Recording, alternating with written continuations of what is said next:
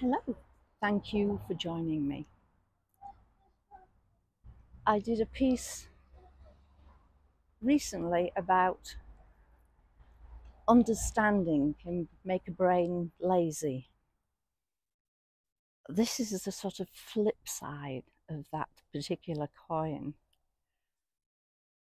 My home is a cottage that part of it is over 300 years old.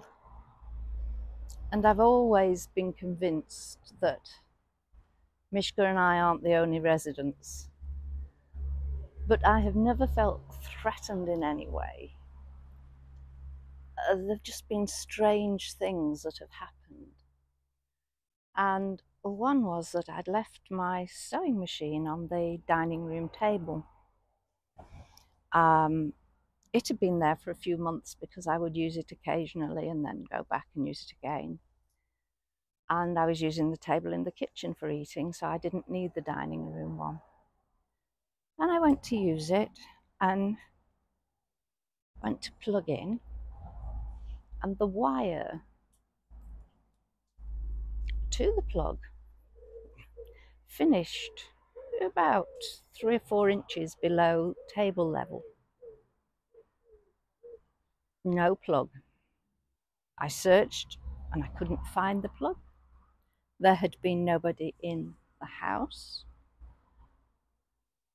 The wire hadn't been chewed by Mishka or any other animal that might have got in.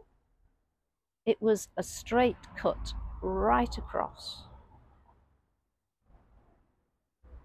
I've searched and searched for the plug, and I've not forgotten that maybe I cut it off to use for somewhere else, but I've got several spare ones, so I would never need to do that. So I have no idea what has happened.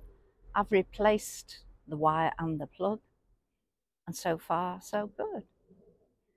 So that's one, but things go missing. Yes, I know that I can be absent-minded and maybe I misplace things, but on 2 occasions, a certain part of my underwear has gone missing off the line. And I've been around all day. There's not been anybody come into the garden. And I've searched and searched. And my friend, when he was gardening, searched the borders with me. No. So the theory was that they're not little itsy bitsy things, but maybe a bird, something like a jackdaw or a crow, thought, oh, that'll make a nice nest, a nice hammock for me and the whole of my family. So, yes, maybe that was it. But they have never been found, never returned. And one is acceptable, you're losing the plot, but two, I don't know. When I was ill, when I had my breakdown, I was feeling in a really bad place one night. I was in bed and I became aware that I was floating above my bed, up near the ceiling.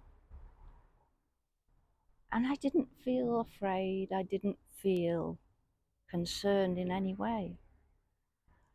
I could look down and see me, and I kept thinking, you don't look good, you don't look good. And I can hear myself saying that. And at some point then, a voice came, and it was my mum's. And I could feel a hand take mine and say, come on, back down you go and rest. And it was so comforting to feel that hand held and me to be taken back down onto the bed and fall straight back to sleep. So I have no explanation, but I am convinced that there's an awful lot of things that we don't know about, we don't understand. We know more about the moon than we do about the bottoms of our oceans, let alone what goes on in our minds and what maybe goes on in our homes. So, I wonder if any of you have had similar experiences.